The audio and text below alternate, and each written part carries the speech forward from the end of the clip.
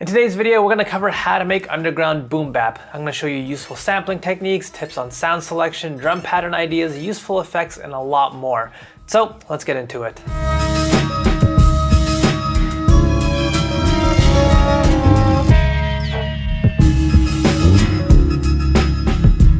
Now, to make this style of underground boom bap, your approach needs to be simple in some ways, but complicated in others. Kind of mysterious, I know, but let me explain what this means. Starting from the top, we need to talk about the sample that you'll use. You may want to avoid using samples like this.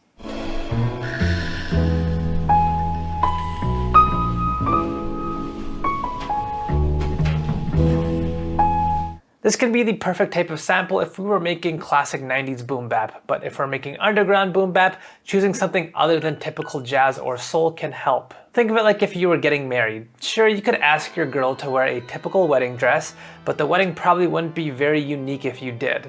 So what you could do instead is leave your girl at home and marry a pig in that same dress. Now you have a wedding that no one will ever forget. And choosing a sample is no different. These underground types of beats are typically more experimental compared to traditional boom bap, so moving away from those traditional boom bap samples will be a good idea here. Using international samples can be a great way of finding something with a unique instrument or sound or rhythm that typical jazz or soul samples won't have.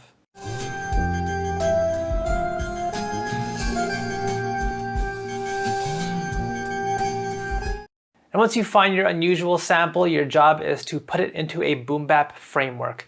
So let's start by bringing the sample into Serato. Now I was thinking of chopping this sample up, which we will do later on, but for now, let's use the first part of the sample to start the beat.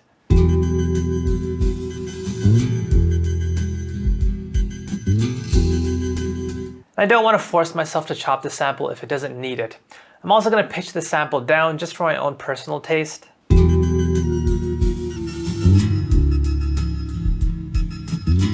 And I'll also do some slight detuning here.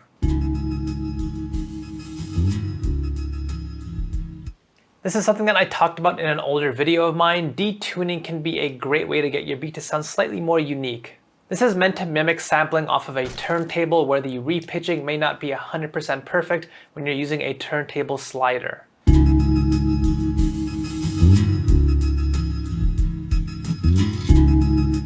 Drums are going to be the next important part for these types of beats. We definitely need to focus on our drum choice and drum pattern, but let's get to that later. For now, there are some other ideas that I want to show you. First, I'm going to take this beat and put it entirely into mono. These types of beats typically have a rough and raw feel to them sonically speaking, and one way we can mimic this is by putting everything into a narrow stereo space. Our beat won't sound as clean or full, but that's almost the point. What also jumps out to me is that this sample is lacking low end. Now we could bring our own bass and create our own bass line, but that might be a pain since I detuned the sample and I'm worried that the bass might not sound exactly right. So I'm simply just going to duplicate this pattern out and isolate the low end by EQing and boosting. Then I'll use the bass from the sample and use it to fill the low end.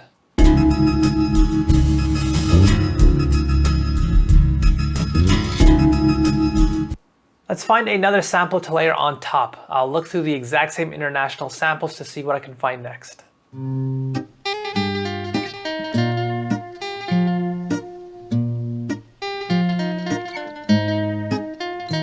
This sample here is a great choice. It's minimal with a lot of isolated instruments and single notes, making it easier to layer on top of my first sample. Let's first see whether I need to repitch it to fit my first layer though.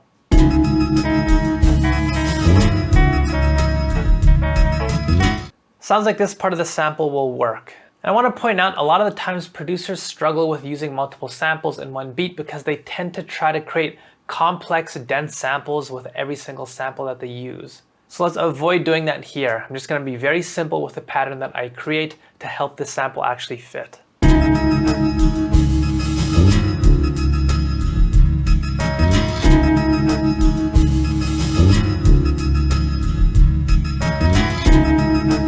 I want to add one more layer into this beat, something small that's meant to add more rhythm. I'll look through my library of samples of one-shots to see what I can find.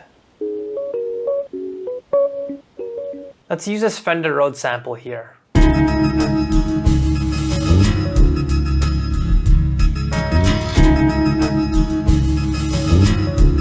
Again, very simple pattern.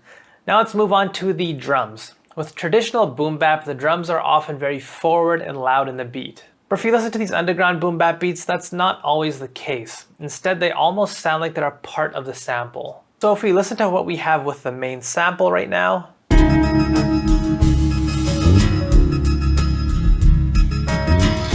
we can hear the sample already has hi-hats, so let's avoid adding our own.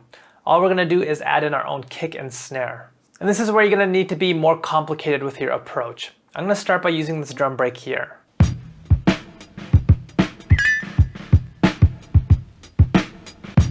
To get your drums to sound natural in your sample, avoid using basic, unnatural sounding drum techniques, like using the exact same chops and sounds over and over again, or using the same velocity for all your notes. Those drum techniques can work in other styles of boom bap, but here we want to be a bit more detailed.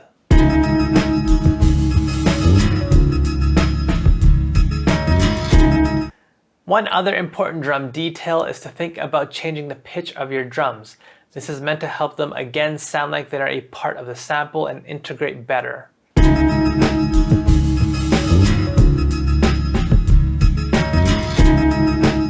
Next, as you can hear, the kick in this drum loop is a bit weak, so I'll layer my own kick underneath to complete this drum pattern.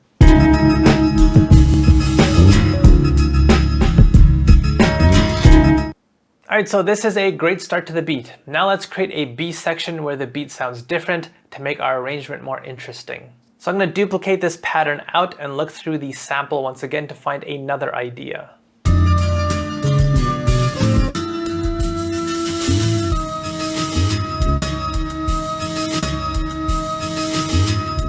Here, let's use a unique sampling technique where I start by using a chop that's inside of a larger loop, and then I just repeat that larger loop after that.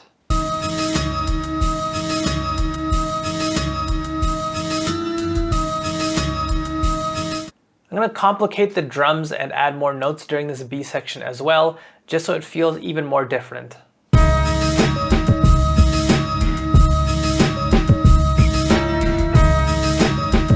Now let's start arranging this beat. I have a feeling transitioning between these two sections might be rough with how different they are, but let's just see. First, let's create an intro. I've been using a lot of Mad Lib techniques with this beat, so let's grab a random vocal sample and start the beat using that, like he does often. Do like I say, and you won't get hurt. Put your hands above your head. All I want is all you got. Then after the intro, we go into the first idea that we built, and then after 8 bars, let's bring in our B section and hear how the transition sounds going from A to B.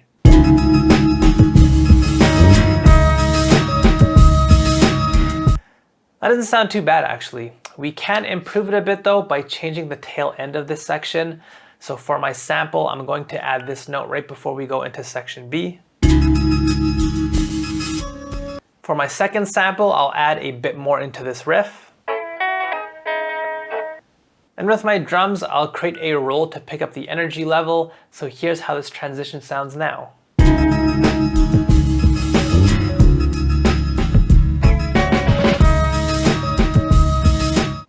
Alright, now let's hear how section B sounds getting back into section A.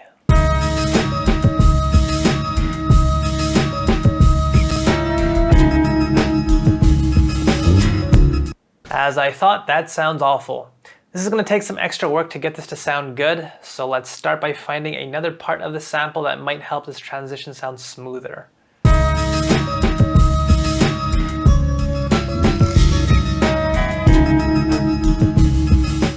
Changing our loop here and using different notes from this organ in the sample does help, but this transition could sound better, so let's make some more changes here.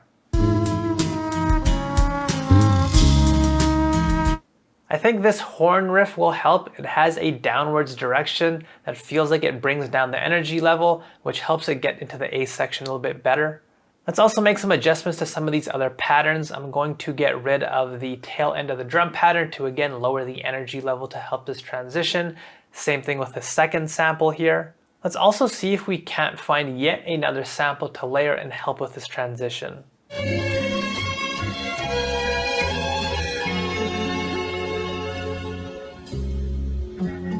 There's that downwards string riff in this sample that I think will work perfectly.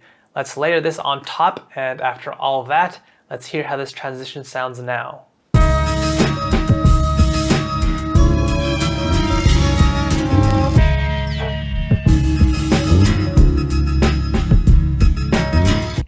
That sounds much better. Now I'll probably do a back and forth with the A and B sections for the full beat, since these underground beats don't typically have a traditional hook section. But like I mentioned before, this beat is actually doing a lot of techniques from Madlib, and I actually have a full video on the different techniques that he does in his beats showing up right next to me. So if you like this beat and you want to learn more about how you can make this style too, check this video out. You'll learn even more tips on how to make underground beats, and if you refuse to click, just know that you've betrayed me and I will not forget. So click the video.